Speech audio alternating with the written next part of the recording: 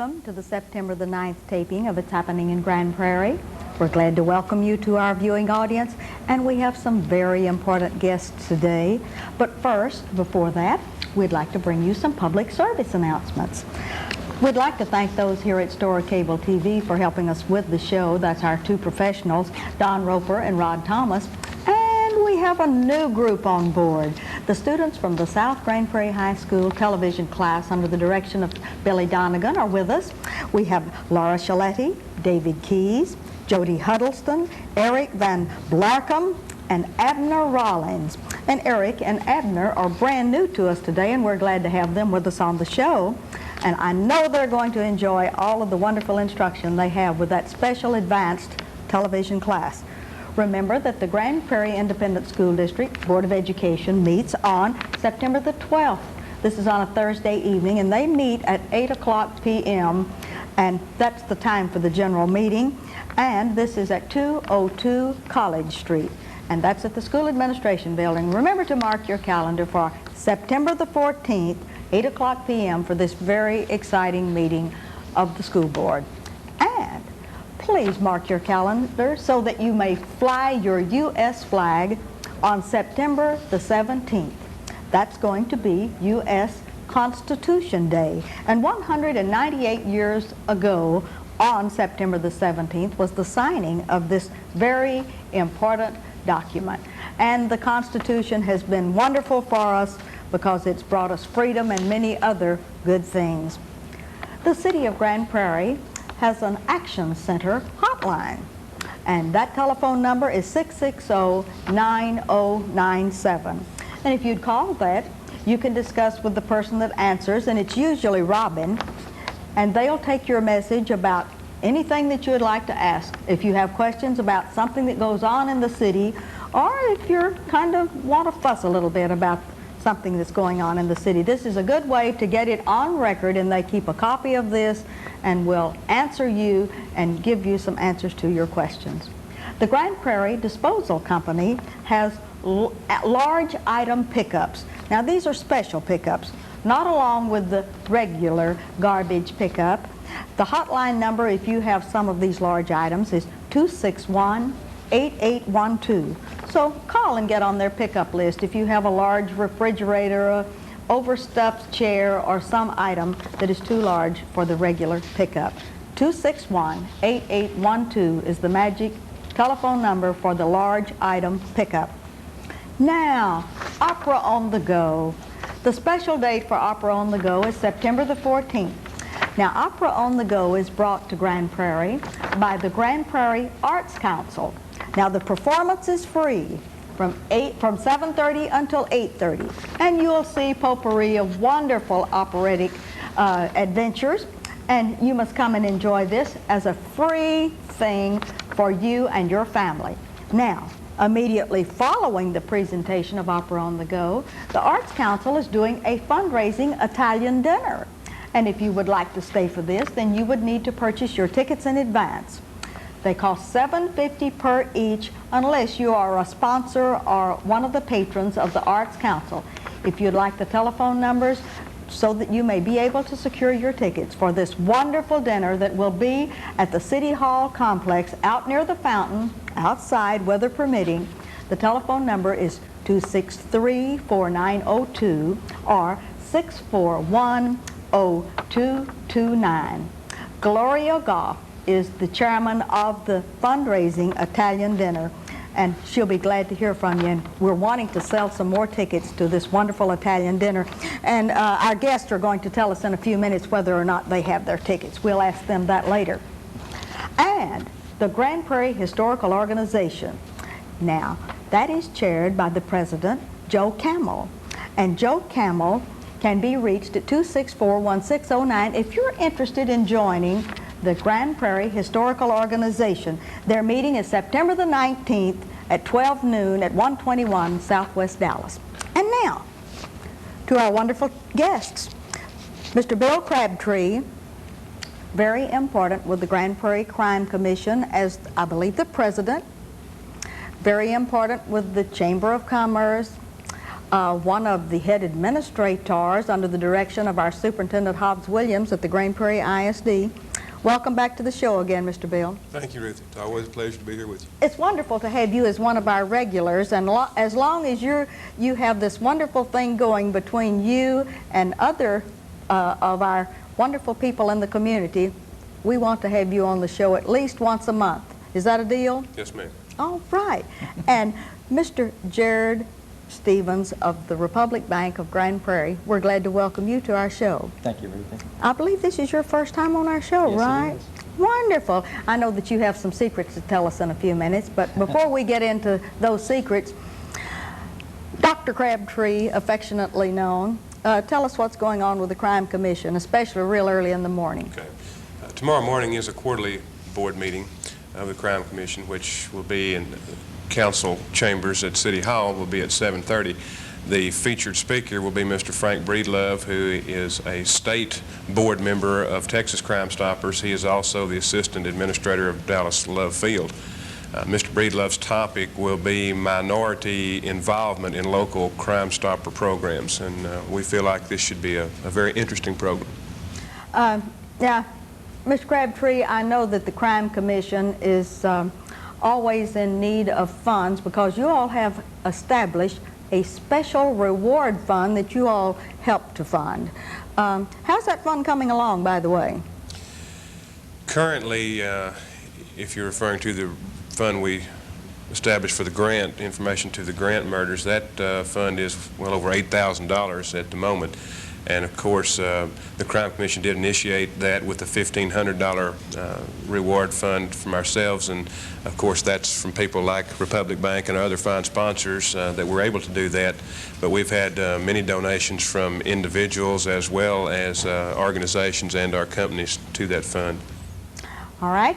Now, that's one reward fund, and I believe that you have another thing that you're working on where private enterprise helps you as far as the funding of special reward monies. Tell us a little bit about that. How are you coming along with that this year? The goal was to raise $5,000 primarily during the summer, additional revenue. We run a crime of the week every week in the Grand Prairie Daily News, and if we do receive information regarding a felony crime that is run as the crime of the week, then that will pay $1,000. So we are hopeful that we could pay several of those concurrently, which of course would result in the necessity to raise some more money.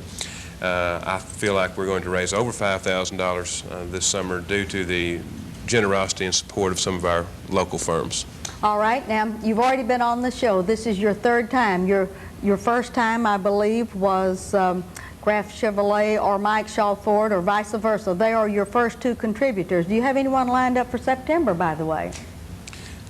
We had Independent American, I believe. Independent also. American? And, of course, Republic Bank this month and Mercantile Bank next month. And all right. And so that must be the reason that you're with us today, Mr. Jared Stevens. Before you help Mr. Crabtree out by possibly making a donation to that wonderful reward fund, we'd like to thank you and Republic Bank for the many things that you all do in the community. And would you just like to let us know some of the things that Republic Bank is involved in and how they got involved in this Crime Commission donation reward fund? Well, Republic Bank is involved in many things, as the community does know. We've been very involved in our chamber activities, other civic organizations, and the individual people that we have are community-oriented people that work at Republic Bank. And they like to be active and enjoy the activity that they get and the rewards that they get of living in their community. We currently have a member of the Crime Commission in Jim Swafford, I believe, is one of the vice presidents, if I'm correct. Wonderful. And I know that Jim Swafford is the president of Republic Bank here in Grand Prairie, Texas. So that's wonderful. You have him in the Crime Commission, and also I believe he serves on the Board of Education, on the school board. All right. Now, do you have anything special, any kind of a presentation to make to Mr. Crabtree so that you can make him feel a lot better about this reward fund at this time? Well, I told him I wasn't going to bring this today. I'd mail it to him later, but he was afraid it'd get lost in the mail. So here, on behalf of Republic Bank, we give you this donation, a $500 check from us. Thank you, Jared. Appreciate it. As Mrs. Jackson alluded to, Republic Bank is, I think, one of the pillars in this community as far as their support of many endeavors. The Crime Commission is just one of many, and of course, Mr. Swafford does an excellent job as the membership chairman of the Crime Commission, and additionally, as you mentioned, as vice president of our school board. Wonderful. And we couldn't let you get away, Mr. Crabtree, without, for Mr. Swafford, making a pitch for membership in the Crime Commission, because it's with those funds, in addition to these special contributions, that you're receiving. Sure. And I do want to say one thing, Ruthie. This reward fund is working. I personally paid a $100 reward this week to a person who had given us some information regarding narcotics here in town. So I do want to emphasize to the people that are watching that this program is working. We have paid probably this summer 6 or 7. I remember exactly. Judge Gray usually pays the rewards, but it is working, and it is supported, as Ms. Jackson said, by the memberships in the commission, which are $10 for an individual membership, $25 for a nonprofit membership, and $50 for a corporate membership. That's wonderful. And Mr. Crabtree, in your role in the schools, I believe you're into safety, and tell us exactly what you do for the school administration building that relates to this Crime Commission role that you play. As Director of Student Services, I am directly responsible for health and safety services for all, as of Friday, 15,228 youngsters in this school district. And a lot of times we become directly involved with the Crime Commission in offering rewards for such things as bomb threats and or things that are made against our schools and the well-being of our students. And under your direction, do we have anything relating to, say, workshops or instructions as far as use of drugs? Are you working with the PTA, or what other area do you cover? Well, a lot of people may not be aware, the school district has contracted this year with a professional drug consulting firm, and we'll be implementing our drug prevention, abuse prevention program district-wide. And we probably, with your permission, would like to come and bring our consultant to your program and let her explain to the people, because there will be parent workshops involved, PTA workshops, and let Mrs. Kathy Brown explain that further at some later date. Oh, that would be wonderful.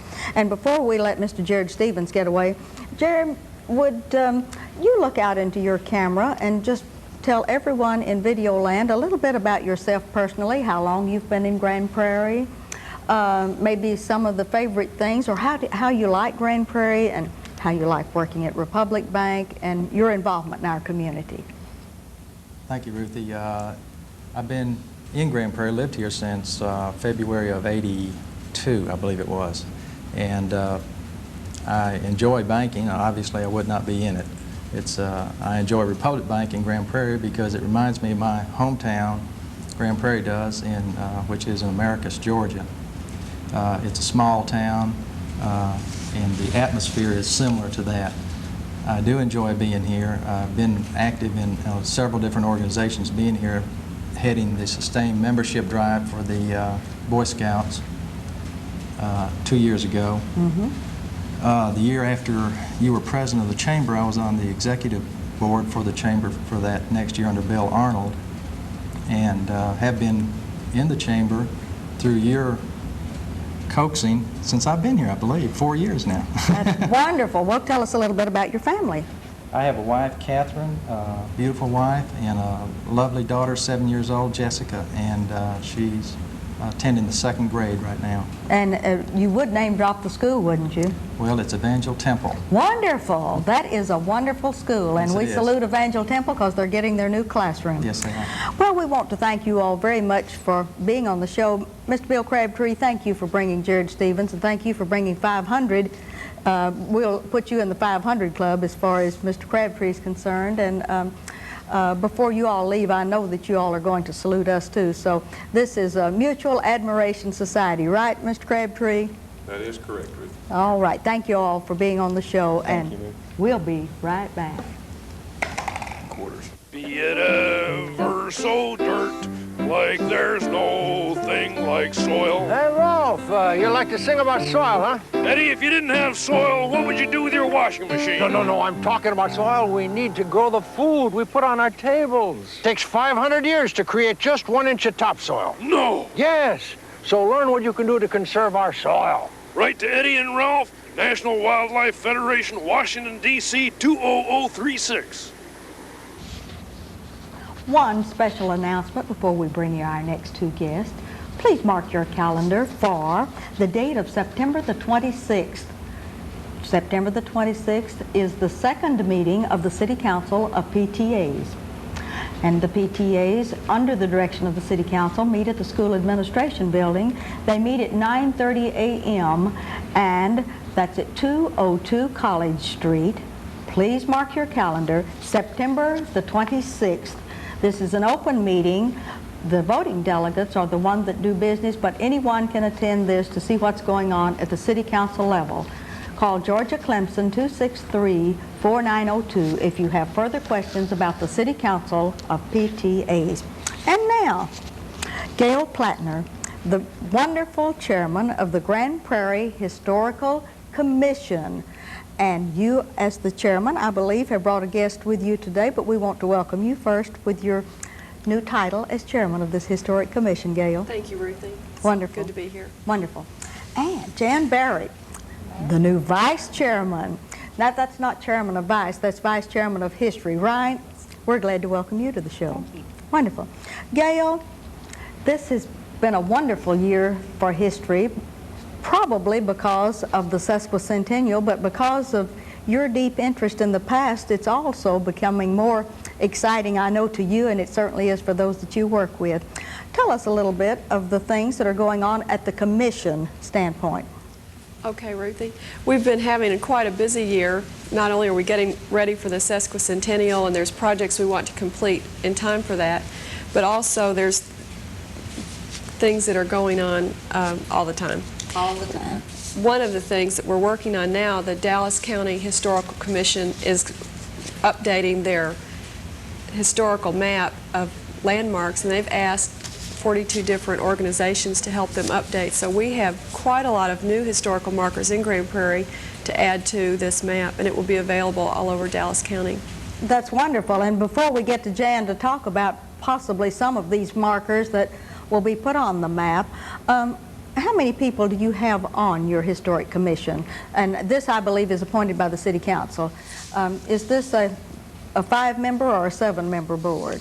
Well, Ruthie, it's a 7-member board. It's a 7-member board. Would you like to name drop and tell us some of the names of the people that serve with you on this commission? I'd be glad to. Wonderful. In addition to Jan Barrett, we have Gussie Boyd, Oma Braswell, Joe Campbell, Irene Paxton, and Romy Stewart. Well, that sounds like a real rounded group of historians that know a lot about the city of Grand Prairie. How often do you all meet? We meet once a month, generally on the fourth Wednesday, and we meet at the library in the boardroom. And that's the Grand Prairie Memorial Library on Conover Drive, and that must mean then that Kathy Dimmitt is the liaison from the city serving you all. She is, and she helps us to stay in line with all the city policies, and also she relays all of our work to the City Council for their approval. In other words, after you all finish your meetings and the minutes are done, she sees that they get to the council and go. That's right. Any action that we would like to have taken in the city becomes official when the council approves our minutes. Wonderful. Well, you have Jan Barrett busy, evidently, Gail Plattner. What do you have going for you, Miss Jan? Well, we have several old homes in Grand Prairie that are up for Grand Prairie Significant Landmarks.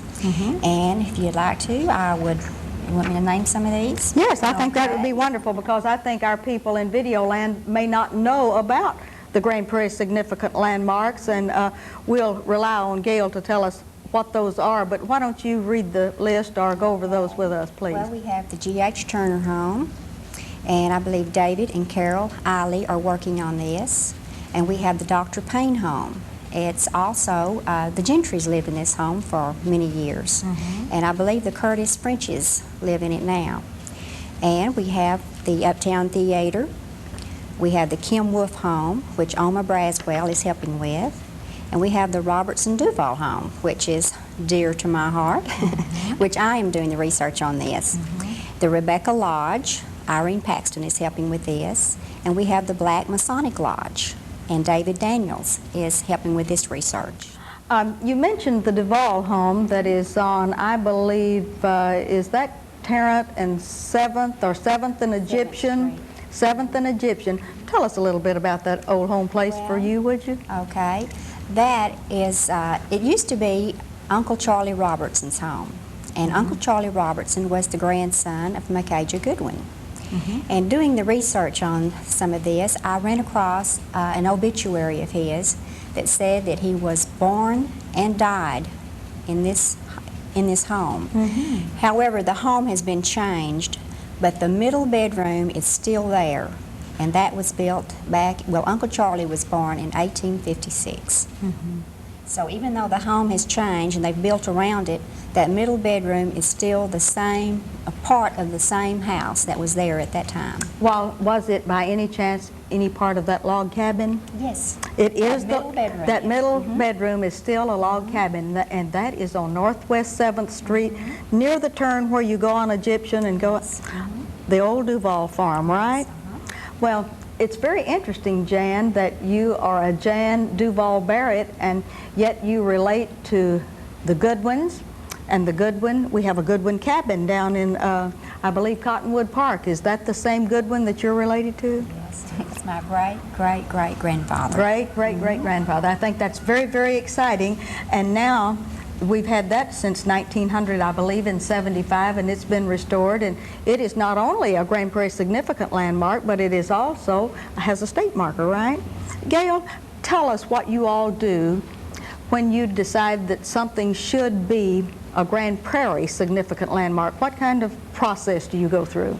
We send out a packet of information to the owner of the structure, and we ask them to try to compile as much history as they can, and we include in that packet quite a lot of information that will be helpful to them. In addition to that, sometimes we have photographed all of the things in Grand Prairie that are potentially eligible for landmarks. So we've done some research. We have files on each building or site. And then if the owner needs help, we're willing to help him to do his research. If he is too busy or needs, cannot do it himself at all, then if there's sufficient interest, we go ahead and do the research. Then when we feel that we have enough and that the building is something we want to mark, we take a vote. We send, it's all subject to City Council approval. And then the markers are mounted by the Park and Recreation Department with the approval of the owner of the structure.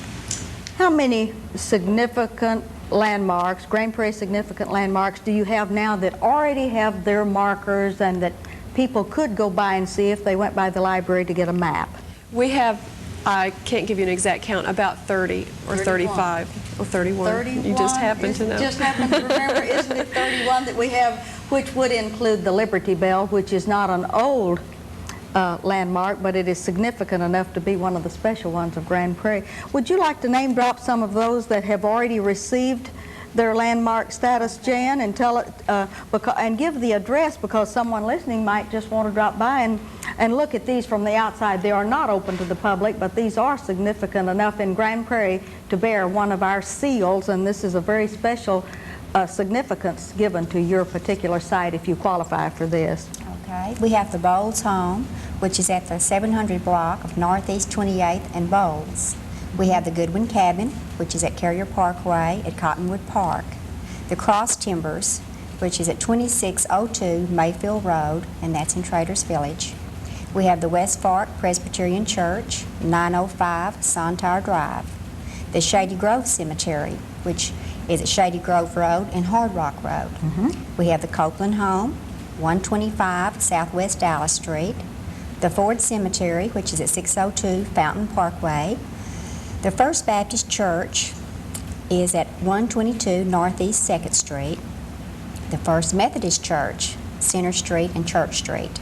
We have several here that have not received markers, but they're working on them. We have the Thomas Wright Home, 402 South Center and Green Prairie Road. The Trimble Martin Home, 301 Southwest 4th Street in Southwest Dallas.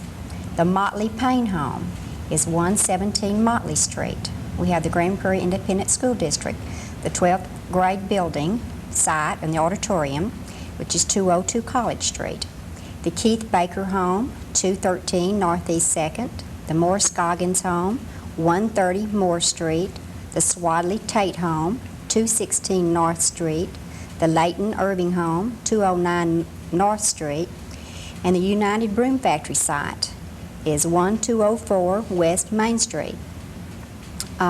Is the Preston Meisner home, does she have her? Okay. The Preston Meisner home, which is 433 East Dallas Street. The Moore Plattner home, 214 Moore Street. The Florence Hill School, 4213 South Beltline Road. Anderson Hart Building, 1502 Houston Street. The Graham Paxton home, 509 College Street.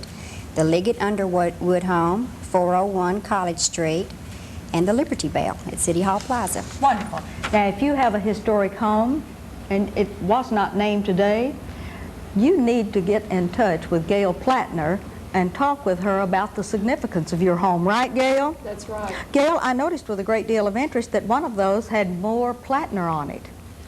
That's right, Ruthie. Our home was built in 1912, and I began doing research on the people who built our house, the people who developed our neighborhood, the Moore family. And one thing has led to another, and that's how I've become interested in Grand Prairie history and so involved in the organizations. But our home received a marker recently, and we're just very proud to have it displayed on our home. And people who drive by are able to see it from their car, and we guests at our home are very interested to know more about the marker system and Grand Prairie's history. Wonderful. Now, Gail, I believe the commission in the fall of every year has an awards presentation. Is it getting about that time this year? It sure is. We've got our plans on the drawing board for a late October luncheon. This year we'll have a speaker who is a historian, and all these things are still tentative. We will have luncheon provided by the Seroptimist. All right. We'll be talking more about that later, and I want to thank you all very much for being on the show. And I believe Glenn McCrary of Michigan State has a Michigan message for us, and you all won't mind him infringing on a half a minute of our time to see what's going on. What's going on, Glenn McCrary? Oh, not too much. I just wanted to make a small contribution to your scholarship fund. Tell that again. I'd just like to make a small contribution to your scholarship fund. Well, how wonderful, Glenn. This is splendid. Glenn is going back to Michigan State, and he's making a contribution to our students that are in Mrs. Donegan's class. Each year we give a scholarship to one deserving student. And we're taking up collections all along, and the people that are on our show make contributions. And Glenn, this is very special that you would make this contribution, and we will remember you when the scholarship is given next May, and we'll drop your name and tell them that you had a part in this, and we've enjoyed having you work with us as one of the interns here from Michigan State during this year, and thank you very much. Thank you very much. And thank you, Gail, for being with Ruthie. us. Thank you, Jan. It's been wonderful to have you with us today. And this is Ruthie Jackson with Community Service reminding you, and would you join me, it's happening in Grand Prairie.